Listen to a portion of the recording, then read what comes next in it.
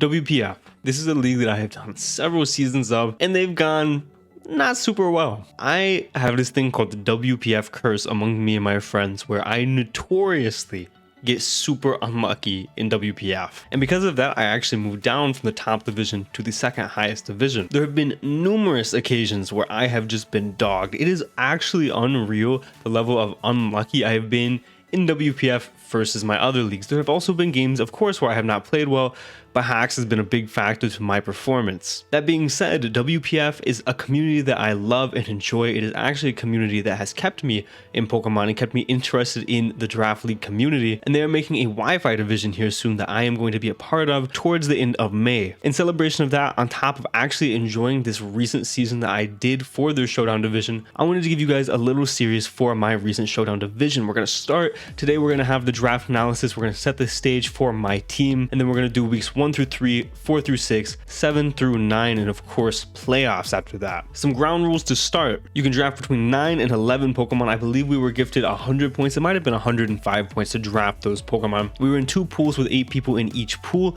and of course this was Paldea decks. With that being said, I got the 8th overall pick, and my first pick was going to be Roaring Moon. I was honestly shocked this Pokemon fell to me because this was pretty early in Paldea decks meta, and Roaring Moon was still pretty hyped out, but I was super happy to get this Pokemon. It's a very fast physical attacker and has a very good offensive type. It also has great momentum in U-turn and obviously a great ability in photosynthesis. Roaring Moon is really easy to build off of and is honestly probably the best thing that I could have asked for falling to me at 8th overall. That's realistic at least. I'm not going to hang on these Pokemon too long, so the second Pokemon that we ended up getting with the wheel pick is actually Great Tusk. Roaring Moon plus Great Tusk is a fantastic start to the team. Yes, both of them lose pretty heavily to fairies, but with this in mind, I can easily draft Torkoal in round 3, 4, or 5, and then have the scariest Sun team you could imagine. Great Tusk gives us a spinner, it gives us a way to break steals, and obviously another Pokemon that can take advantage of the Sun. These 2 Pokemon I was super happy to use, and I actually threw a curveball out round 3. I expected to get Torkoal, but something really good made it back to me, and it's going to be the focal point of this season, and the reason I'm uploading this season. We have our Terra Captain, Free Terra Ironmoth. Ironmoth on its own is a pretty good Pokemon, but paired with Free Terra, this Pokemon can get out of hand very fast. The combination of agility plus booster energy just makes you almost unbeatable, man.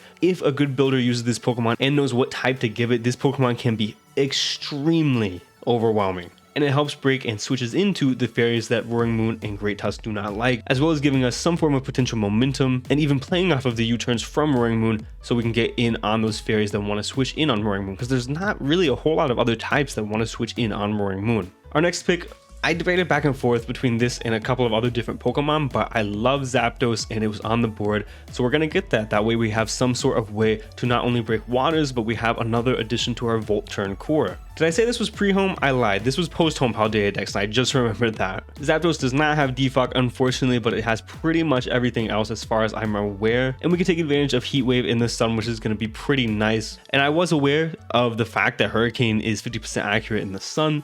Obviously, I'm not really going to be relying on Hurricane when I have so many other ways to break grasses. It's really just here to be a fat Pokemon and to give us some really good Volt Turn. And coming out of the first 4 rounds, this was honestly one of my favorite teams I've ever drafted.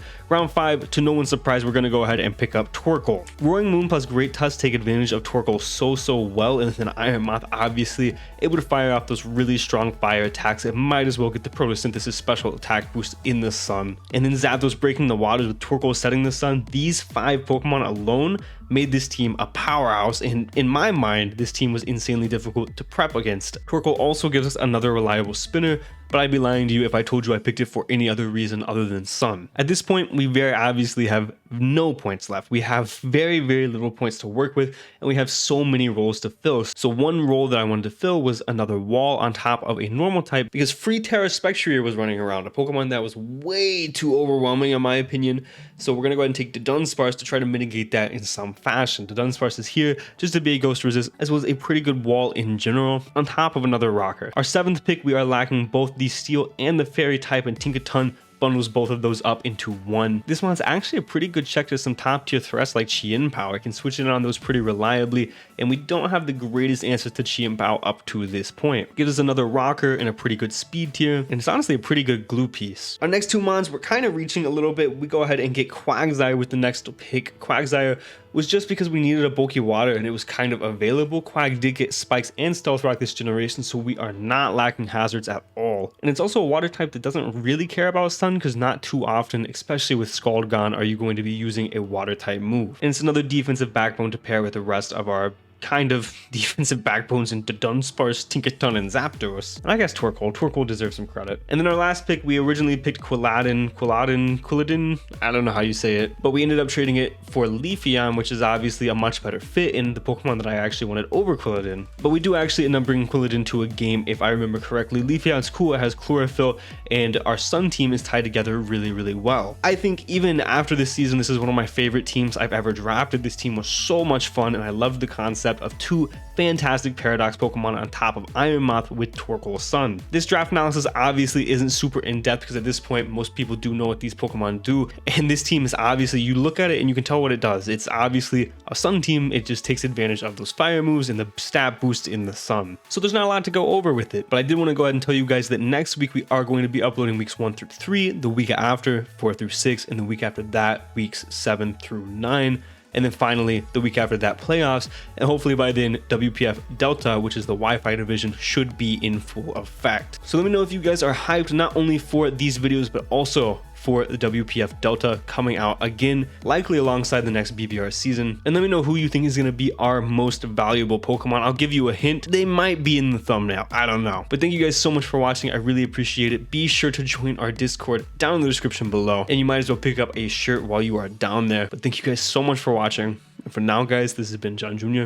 signing off.